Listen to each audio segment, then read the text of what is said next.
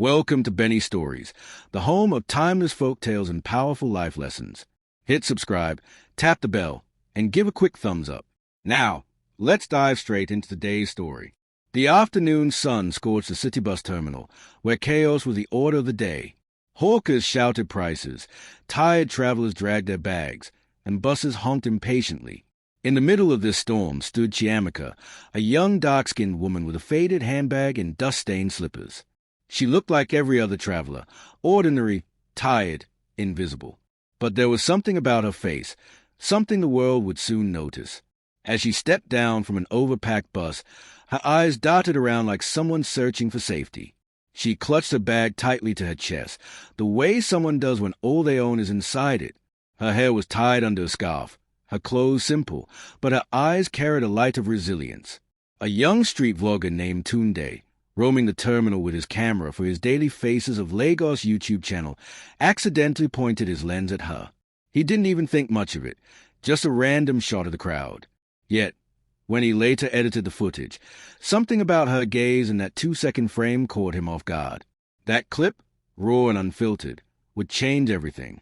Chiamaka, however, had no idea that the first step she took into the city had already made her a face the internet would never forget.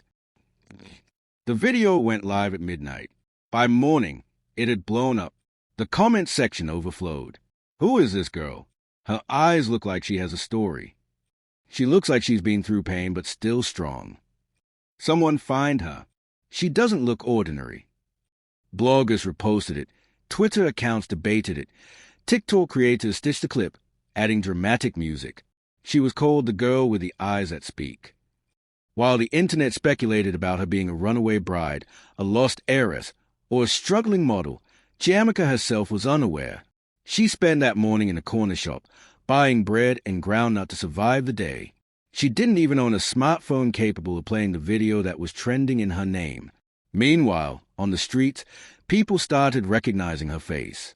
A conductor at the bus stop whispered to his friend, "No be that girl we day trend online." His friend squinted, nodded, and took a quick photo. Fame had started chasing her, even before she knew she was famous. The city was loud and unforgiving, but Chiamaka was tougher. With a little savings she carried, she rented a tiny one-room space in a crumbling building where the walls sweated with dampness and rats scurried at night. It was no palace, but it was hers. To survive, she took on cleaning jobs and sometimes helped market women carry goods for a few naira. Despite her struggles, she carried herself with quiet dignity. Her neighbors soon noticed, especially Colonel, a struggling tailor who lived 2 doors down. Colonel was drawn to her humility. She never looked down on anyone, never complained, and always offered to share her little food with others. One evening, as she returned with a bag of Gary balanced on her head, a group of children ran up to her. "Auntie, are you the one in the video?" they asked, giggling. Chiamaka was confused. She laughed softly and waved them away, not knowing that the cameras had already found her again. For the second time, her ordinary actions were about to make her extraordinary. It happened on a Wednesday. Chiamaka saw a small boy stranded in the middle of a busy expressway, frozen with fear as cars honked. Without thinking, she dashed into the road, grabbed him, and pulled him to safety. Unfortunately, or perhaps fortunately, another vlogger caught the whole thing on camera. The video exploded online. This time, it wasn't just her beauty people talked about, but her courage. Headlines read, "The mystery girl saves child in Lagos traffic." People compared her to a movie heroine. Memes spread, edits of her face with angel wings trended on Instagram. In barbershops, salons, and university hostels, everyone debated, who is she? Why is she always in the right place at the right time? But in her small room, Chiamaka sat cross-legged, eating soaked Gary with groundnut, completely oblivious to the fact that the world was turning her into a legend. The knock came late at night. She thought it was Colonel asking to borrow matches again, but when she opened the door, she found a young journalist holding a microphone. Behind him was a cameraman. "Are you Chiamaka?" he asked.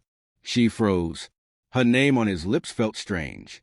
She hadn't told anyone her full name since she arrived in the city. "We've been looking for you," the journalist continued. "The whole country wants to know who you are. You've been called Nigeria's angel of humility. Can we talk? That was the moment everything changed.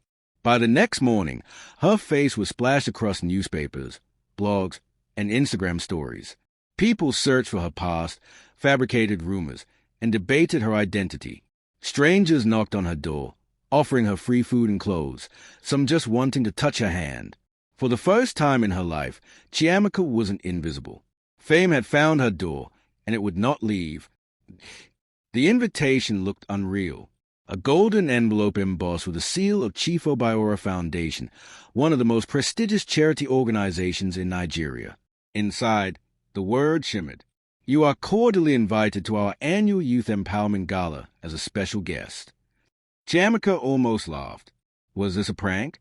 She barely had decent clothes to wear, and now someone wanted her at a billionaire's gala. But when the journalist confirmed the invite, her heart pounded.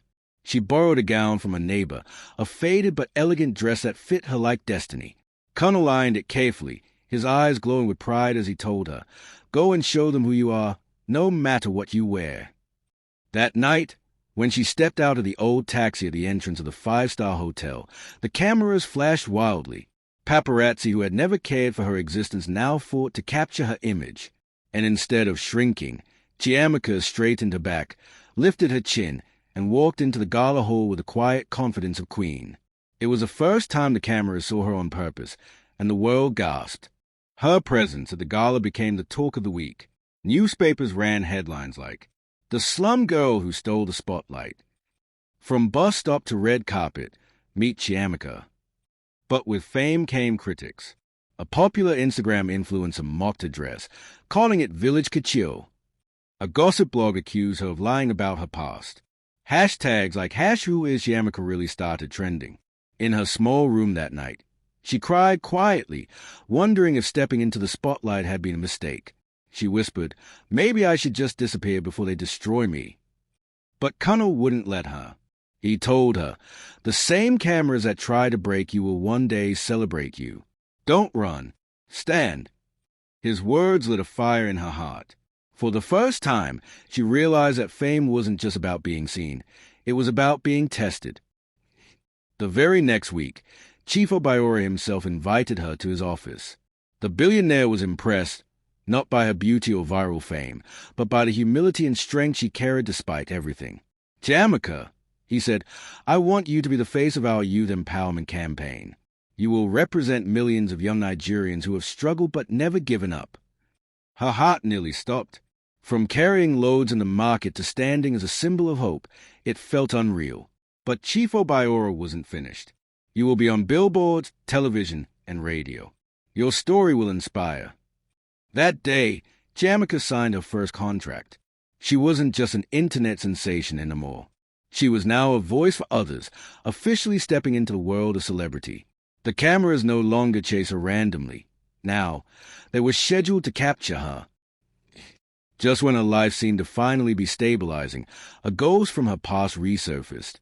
Ngozi, her estranged stepsister, appeared on live television.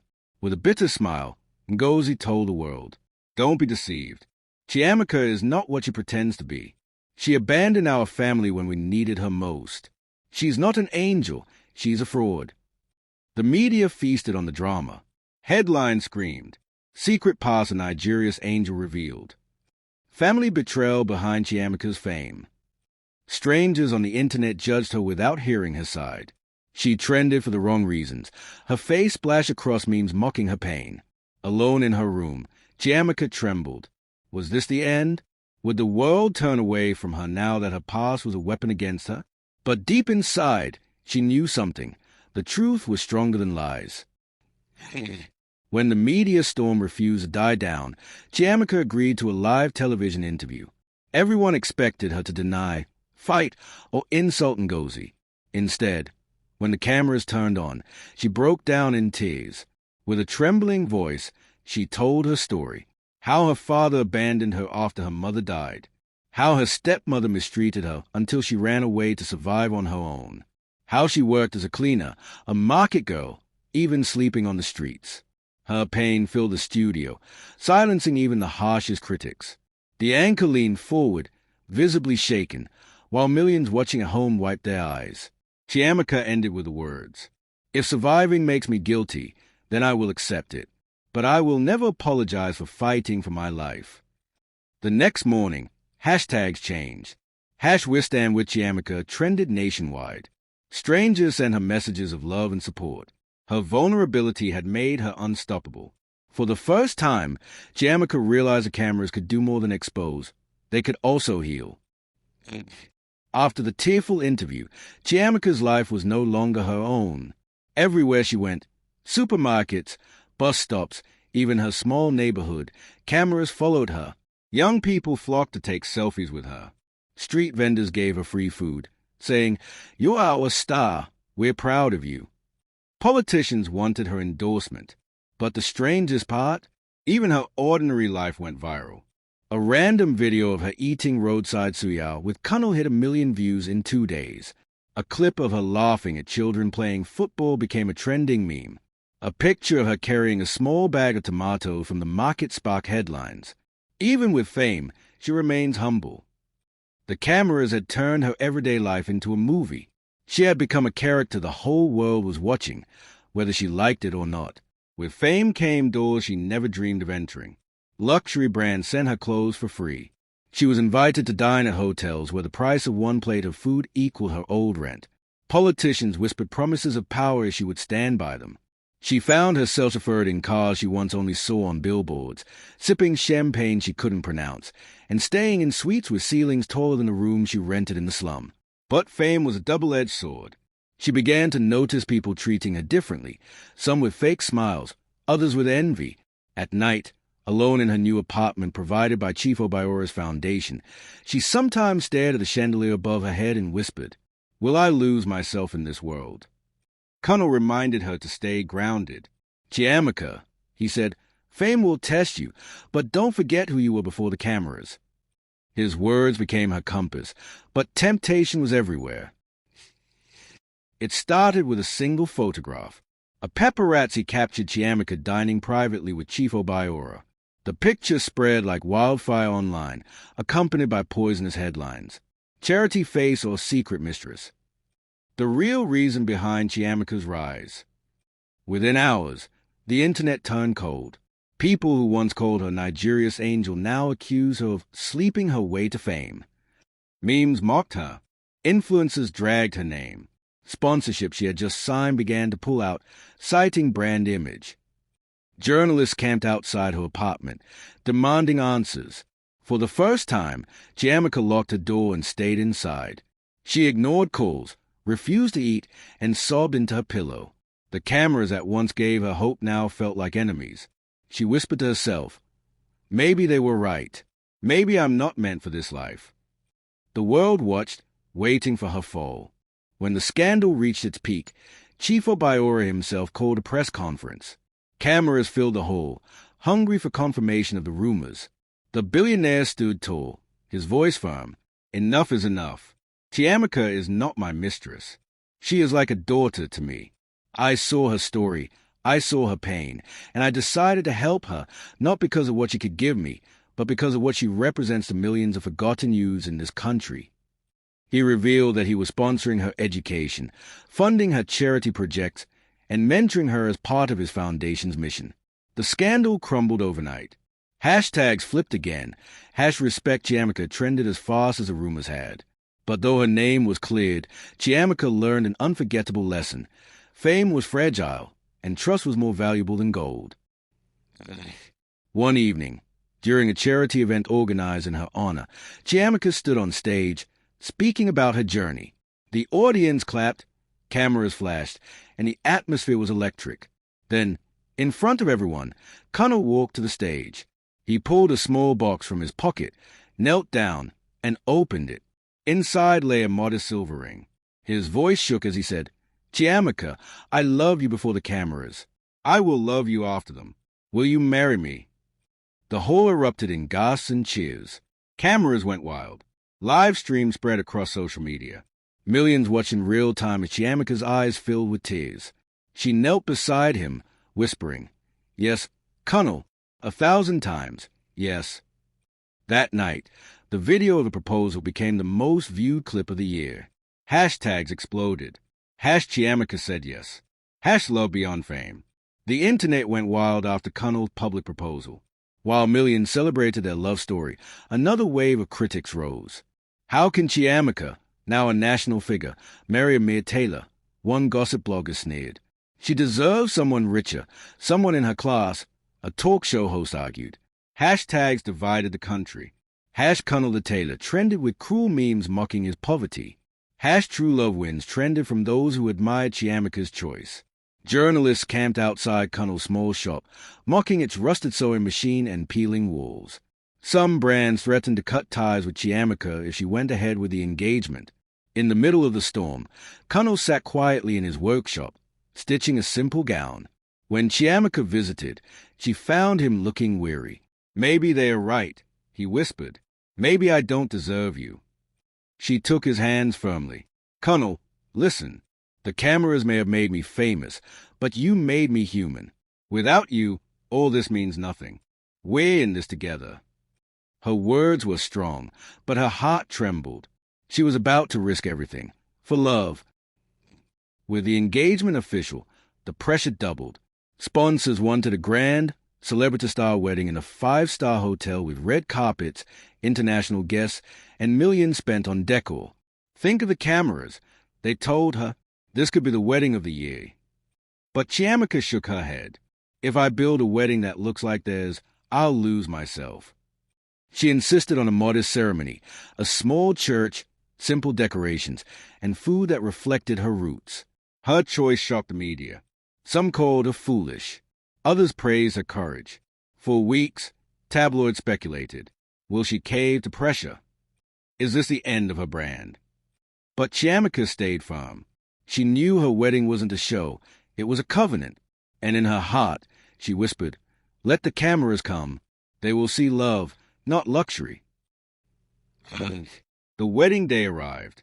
The small church overflowed with people, some invited, many not. Outside, thousands gathered, chanting her name. Camera crews lined the streets, broadcasting the ceremony live. Around the world, millions tuned in. Chiamaka walked down the aisle in a gown Cunnell himself had sewn. It wasn't designer. It wasn't imported. But it was beautiful because it was stitched with love. Cunnell stood at the altar, his eyes wet with tears. When they exchanged vows, the cameras captured every trembling word. "I chose you before the world knew you," he said. "And I will keep choosing you, even if the world forgets me," she replied. The moment they kissed, the small church erupted in cheers. Online, hashtags like #the wedding of humility and #love beyond luxury exploded. What was meant to be mocked became one of the most celebrated weddings of the decade. The cameras had once captured her struggles. Now, they captured her heart. Marriage didn't end her fame. It transformed it. Instead of chasing endorsement deals, Chiamaka turned her influence into impact. With Chief Obayora's guidance and Cunnell's unwavering support, she launched the Chiamaka Foundation, dedicated to helping young girls from poor backgrounds gain education and opportunities. The same cameras that once stumbled upon her now followed her by choice, documenting school scholarships, hospital visits, and community projects she funded. She appeared on international stages, speaking about resilience, humility, and hope. She was invited to conferences, awarded by global organizations, and even honored by her country's president. But despite the flashing cameras, she never stopped returning to her small community. She still bought tomatoes from the same market women, still greeted her neighbors, and still carried the humility that first made her unforgettable. Years later, a documentary team followed her through a journey, filming from the bus terminal where it all began to the global stages where she now stood. In the final scene, Chiamaka sat in her modest living room, her wedding ring shining as she held Cunnell's hand. Her voiceover played as the screen faded to black. "My arrival looked unexpected. I was just another face in the crowd. But the cameras saw me, and they made me famous. Still, it wasn't the cameras that defined me. It was every choice I made after they turned toward me. Fame may come by chance, but legacy is built by choice." The documentary ended with the same image that had started it all, her tired but radiant eyes at the bus terminal. Only now, The world knew the story behind them. The comments section exploded with tears, love, and admiration. And so, the girl who once looked ordinary became unforgettable, because when destiny calls, even the most unexpected arrival can become history.